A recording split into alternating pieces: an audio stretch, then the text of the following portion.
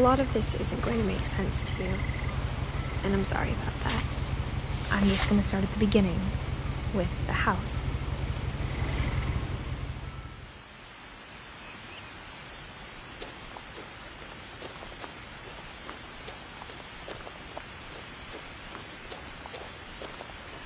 I lived here until I was 11, but I wasn't allowed inside half the rooms.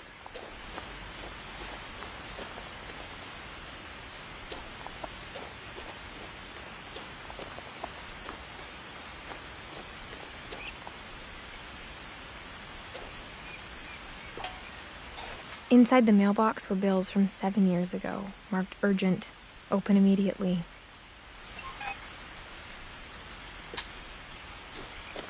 I hadn't been back since my brother Lewis's funeral.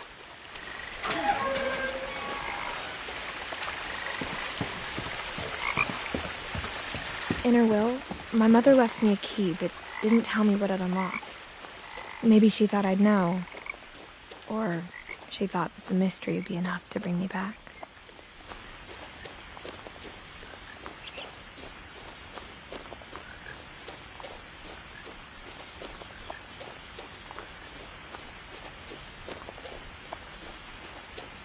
No one had driven this way in a long time, but I saw a few hoof prints.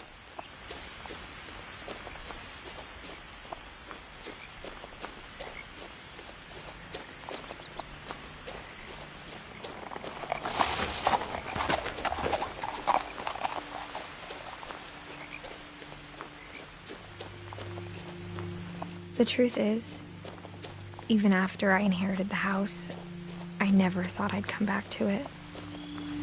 But now I had questions about my family that only the house knew the answers to. The house was exactly like I remembered it, the way I'd been dreaming about it.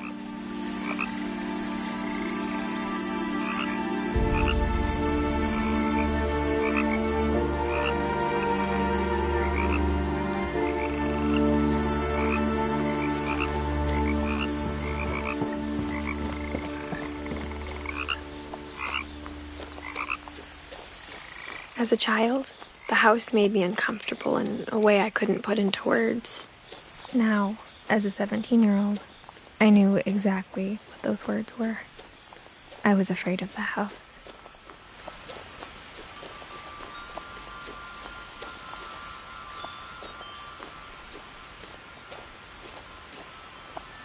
The house felt like it had always been here. Even the swing set was older than my mother.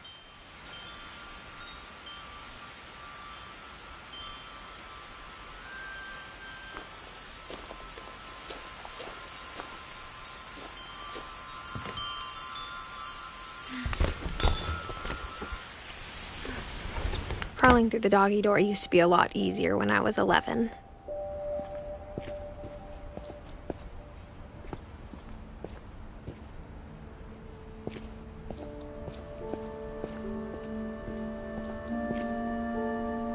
The power had been turned off the night we left. For the first time in years, I felt like I was home.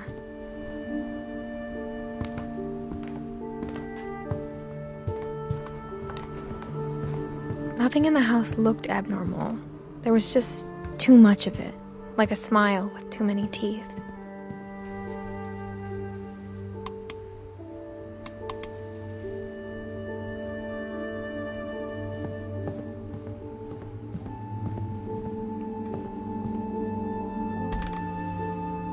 Edie told me once that every Finch who ever lived is buried somewhere in the library.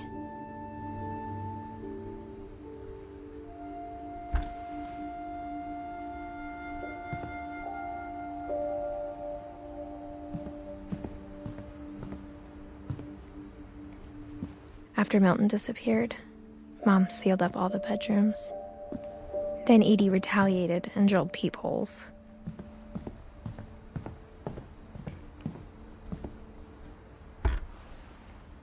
The last time I was in Edith Sr.'s room, I was 10 and she was painting my portrait.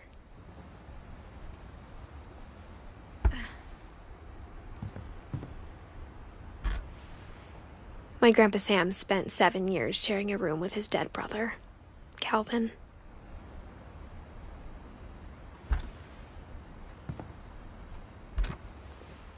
As a kid, I just assumed every house had peepholes and sealed rooms you weren't allowed inside of.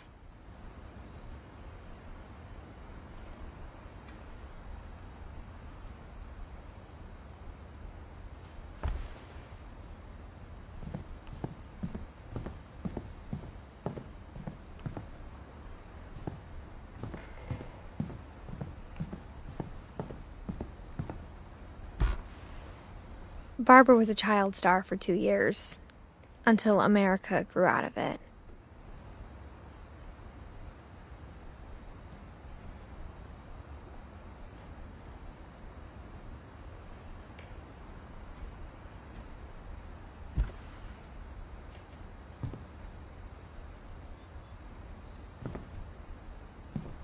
Edie's father, Odin, built the original house.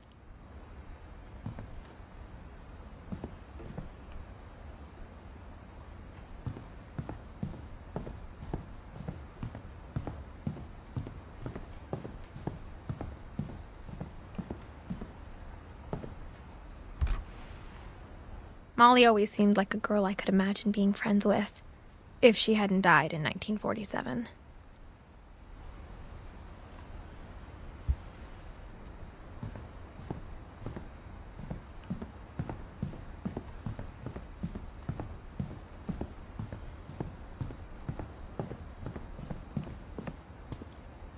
Mom must have locked the third-floor stairs on the night we left.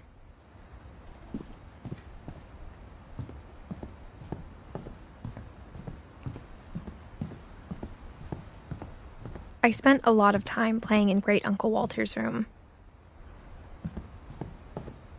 Lewis told me there were secret passages, but I never believed him.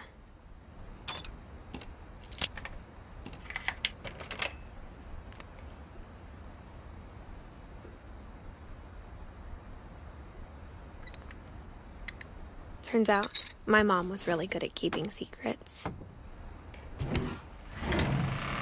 Now it was time to find out what my mom had been afraid of.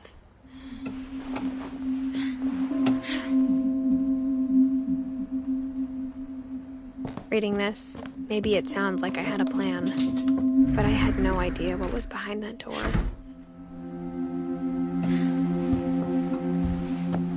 Just like I had no idea where all this was gonna lead.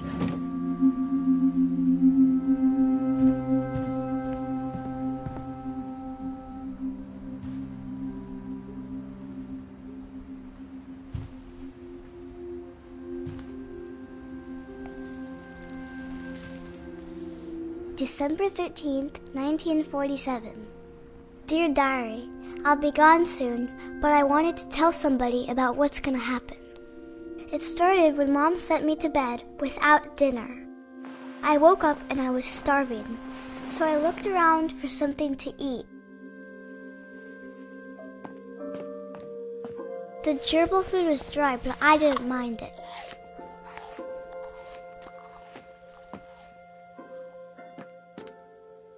My Halloween candy was all gone. Mom, can I come out now? Sweetheart, it's late. Go to sleep.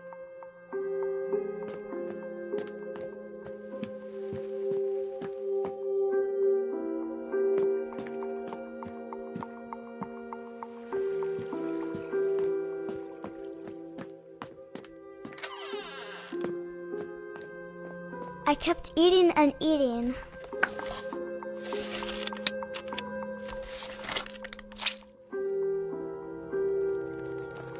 I ate a lot of things that night.